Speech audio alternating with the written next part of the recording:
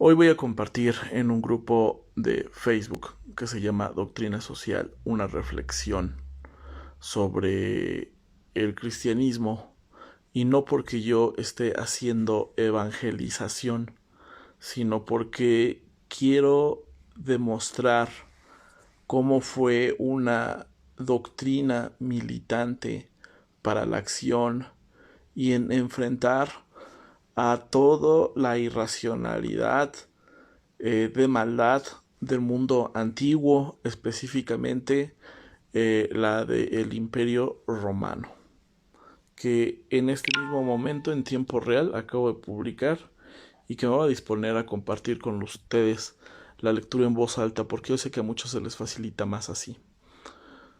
La ciencia de la historia es una guerrera con la mirada vuelta atrás que nos enseña de manera soberbia a empuñar la espada para triunfar.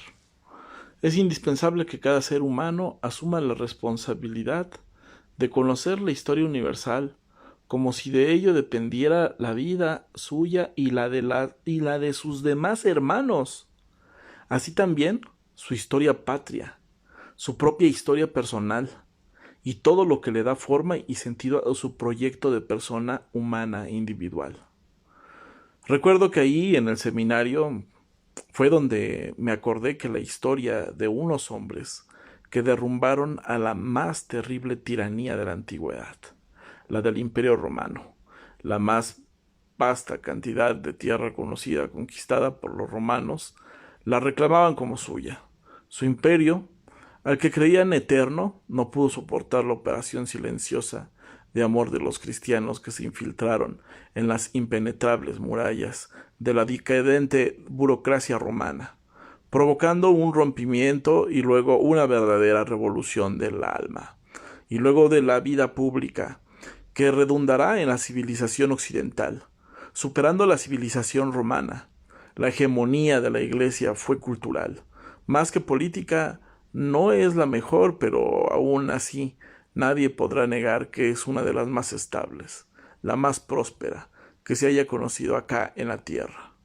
Aun a pesar de que los paganos romanos, adoradores del dios Pan, una bestia con piernas de cabra, color rojo, que generalmente se utiliza gráficamente para simbolizar lo demoníaco, lo satánico, juraran venganza algún día a la iglesia que les impuso casi por la fuerza su proyecto de civilización, pero más que por la fuerza, por la hegemonía. La iglesia hegemonizó Roma. Una iglesia con vocación universalista se encuentra un imperio con vocación universalista por primera vez. Es aquí, fuera de la lectura, que se me agrega encajar un pequeño comentario. La conversión de Constantino al cristianismo es la historia más grande jamás contada de conversión. Continuó, la Iglesia es la más vieja portadora de experiencia histórica, de guerras, de victorias, de derrotas. Quizás sea el momento de desenterrar todo su inmenso tesoro histórico y leerlo con otros ojos, los ojos de quien busca la justicia y atajar un gran mal.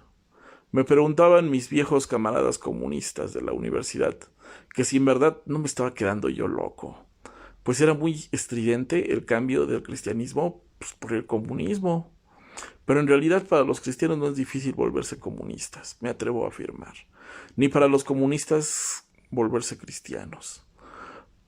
Por eso los líderes de cada bando inyectan una dosis suficiente de odios, prejuicios y escándalo de sus seguidores para que no crucen nunca experiencias ni propósitos. Pero lo que yo quiero rescatar es que la humanidad nunca debería olvidar esta experiencia histórica de la lucha de los cristianos contra el Imperio Romano.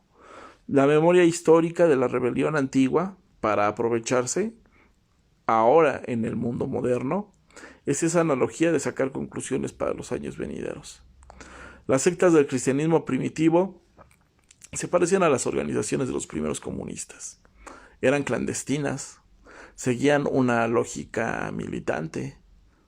Me atrevo a agregar que tenían un credo estipulado, escrito, proclamado, en el que proclamaban un programa revolucionario para esa época.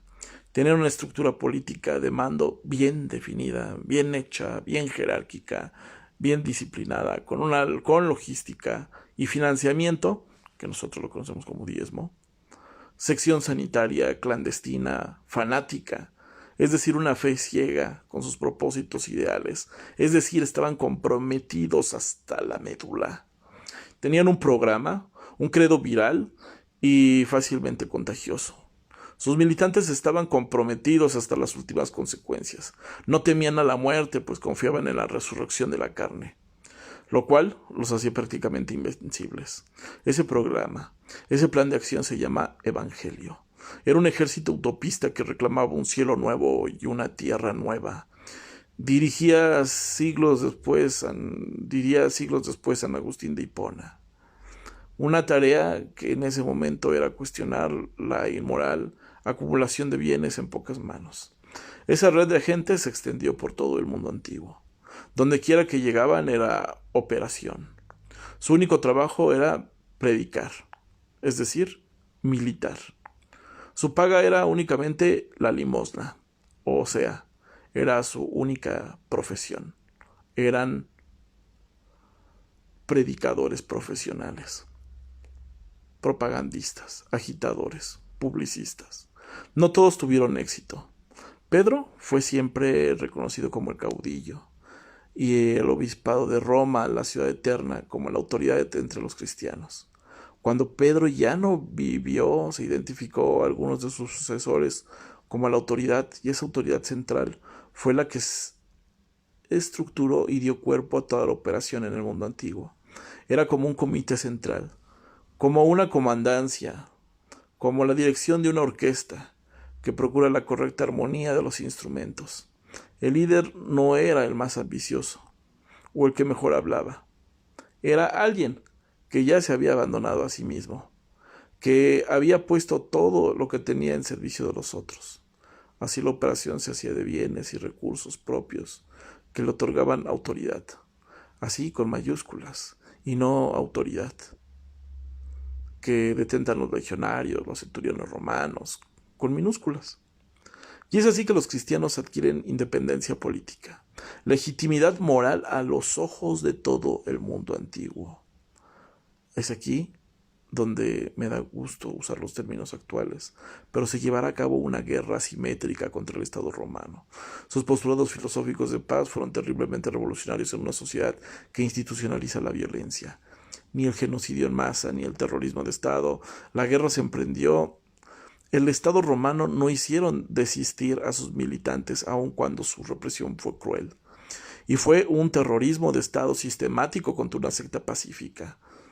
Siguió creciendo y ganando adeptos esta secta cristiana. Todo tipo de humillaciones, terrorismo, discriminación no mermaban al rebaño, por el contrario, encontraban la santidad en la humillación, en el martirio. Cuando los oficiales romanos perseguían a los cristianos, perseguían a los ciudadanos ejemplares, perseguían a los justos, a los honestos, a los trabajadores. Cuando los cristianos pedían explicaciones de su detención, los agentes romanos menos sabían qué explicaciones darles. Era un acto injusto a todas luces para aquel mundo. Lo único que podía remediar ese agravio era seguir a los mártires, imitarlos, y así, siguiendo su ejemplo, de alguna manera simbólica, poder vengarlos.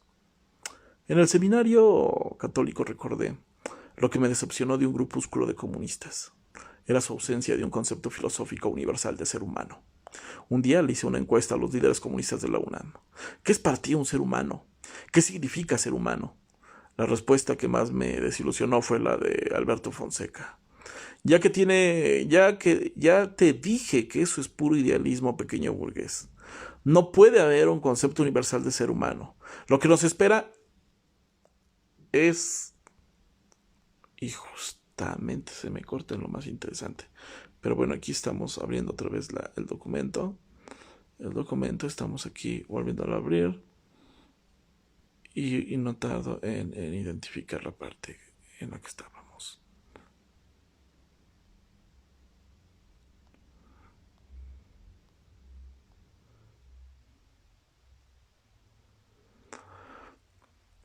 significa el ser humano? La respuesta que más me desilusionó fue la que dio Adalberto Fonseca, le puse un seudónimo. Ya te dije que todo eso es puro idealismo, pequeño burgués. No puede haber un concepto universal de ser humano. Lo que nos separa es la clase. Otro líder comunista me dijo, esa respuesta únicamente te la puede dar la medicina o la biología. Respuestas no muy diferentes a las que dieron los fascistas, que fascinados por la idea del Übermensch o del superhombre de Nietzsche, responden a la pregunta diciendo que no sabían, que lo único que sabían era que había más distancia de un hombre a otro hombre que de un ser humano a una bestia.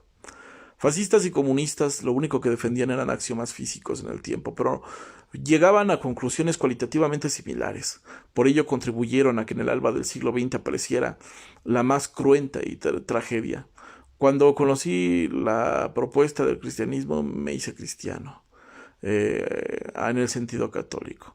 Aún siendo ateo, fue el mejor concepto de Embro que había llegado a escuchar en toda mi vida. Imago viva Dei, es decir, el humano como la imagen viva de Dios.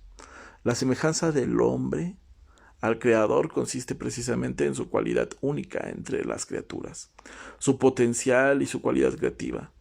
Es la criatura, es la única con capacidad creativa, es decir, es la imagen viva de Dios. De los dioses de la antigüedad eran bestias, eran reptiles disfrazados, metafóricamente eran representados como unas fuerzas azarosas de la naturaleza, indomables, desconocidas, temibles, que llegaban para someter a los hombres y a las mujeres. Pero aquí la alegoría que me enamora, hicimos al hombre a nuestra, y hicimos a Dios, hicimos al hombre a nuestra imagen y semejanza. Nunca antes ninguna otra religión, algún dios, ha acampado entre los hombres. Profeta de profetas, la encarnación del Padre Eterno era la más humilde entre los humildes. Quedaba en deuda con una simple mujer mortal que lo trajo a la vida en su andadura terrenal. Se hizo un padre terreno, eligió ser obrero. Eligió correr a los mercaderes y especuladores financieros del templo. No besaba traseros. Encaró al Sanedrín. Y a los siglos de tradición eligió ser preso político. Fue crucificado. Nunca antes Dios fue tan profundamente humano entre los humanos. Otra gran idea que se viralizó en el mundo antiguo en favor de la causa cristiana era que todos los seres humanos somos hijos de Dios, por tanto iguales en el mundo antiguo. La desigualdad era más marcada entre los pobres y ricos, entre hombres y mujeres, adultos y jóvenes, pobres y ricos, libres y siervos. Esto es regar pólvora en el mundo antiguo. Esto es el centro de la bendita subversión. Estas palabras eran música para los oídos en el mundo antiguo más desigual, en el mundo más esclavo, en la tierra llena de injusticias que clamaba al cielo por un redentor. El hombre y la mujer se deben tributar mutuo respeto. Fue otra de las grandes lecciones del cristianismo para la crueldad y la rudeza del mundo antiguo. En ese tiempo, en ese lugar, con muchos, la opresión a la mujer es cotidiana, es normal. Es destacable que el Hijo de Dios se encarnó de María, la Virgen, y se haga hombre. Dice Chesterton que los protestantes en su propaganda anticatólica se reclamaban que parecía que hasta Dios Todopoderoso y Eterno, Creador del cielo y de la tierra, tenía algo que deberle a esa simple mujer mortal. Esa simple frase de Chesterton me pareció hermosa, pues la idea de María en sí misma, una reivindicación de la mujer sencilla, inmortal, es la mejor imagen de una madre que pudiera tener Dios. El alma y cuerpo van juntos, es otro principio. El cuerpo es el templo de Dios. El Evangelio es una predeclaración de los derechos del ser humano, en forma de crónicas. Hasta ese entonces, en ningún lugar, en ninguna otra época anterior, ni el alma ni el cuerpo se habían considerado una sola cosa, o incluso se abrió una teología del cuerpo como el templo de Dios. No solo se reconoce la importancia del alimento espiritual, sino del cuerpo, del buen uso del cuerpo que glorifica a Dios. El cuerpo no debe ser torturado, debe de ser cuidado, debe de ser curado, y por ello la Iglesia abrió tantas misiones dedicadas a las obras corporales de misericordia, hospitales, albergues, hostales, sanatorios, orfanatorios, asilos para ancianos, etc. No hay miedo a la muerte. Ellos están llamados a la trascendencia. Esto es otra de las cosas que le dio mucha fortaleza a los cristianos del mundo antiguo en esta batalla que le ganaron al Imperio Romano. En todas las embestidas asesinas y persecuciones, deportaciones, detenciones, genocidios y terrorismos que el Estado del que fueron víctimas los primeros cristianos, siempre salían vencedores con su idea de inmortalidad, de trascendencia. Su ausencia casi total del miedo a la muerte los hace temerarios agentes. Según instrucciones de la Santa Biblia, deben ser audaces como culebras y nobles como palomas. Nuestra obligación para con el otro. Otra característica del cristianismo, la otredad. Es el centro de la cristiandad. Cuidar del otro como cuidas de ti mismo es una obligación. Al mismo tiempo es la única expresión religiosa que te obliga a amar a tu enemigo. La idea del karma es inexistente. Rezar por tus verdugos en la hoguera era un verdadero acto de propaganda masiva a favor de los cristianos. Señorear la creación, antropocentrismo. Es la primera parte del Génesis que se pide al hombre que explote los peces del mar, las aves del cielo. Siendo esto más allá de un consejo teológico de antropocentrismo, es una lección mínima para la supervivencia como civilización. Otra cuestión muy importante de la que casi acabo de hablar. Aquí, un verdadero hombre es un verdadero Dios. Es el más humilde entre los humanos. Jesús es hermano de Adán. Es la personalidad de un Padre eterno que quiso un Padre terrenal para acampar entre sus criaturas. El cristianismo le da una fuerza terrible a la época antigua y crece clandestinamente porque tiene su fuerza en el perdón, en la atención al arrepentimiento del pecador y no en su pecado.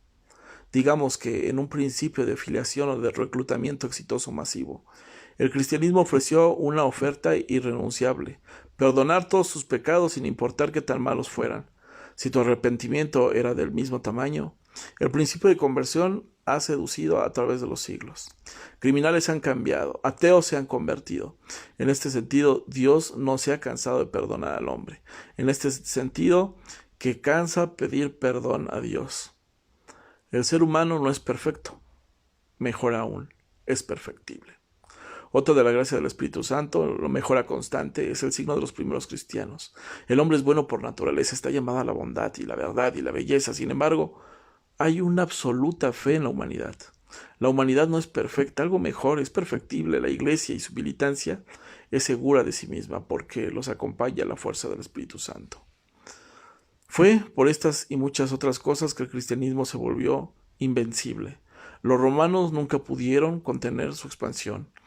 Es por estas cosas que sigue siendo un credo proscrito, porque sigue molestando por su enorme poder, que encierra sus ideas.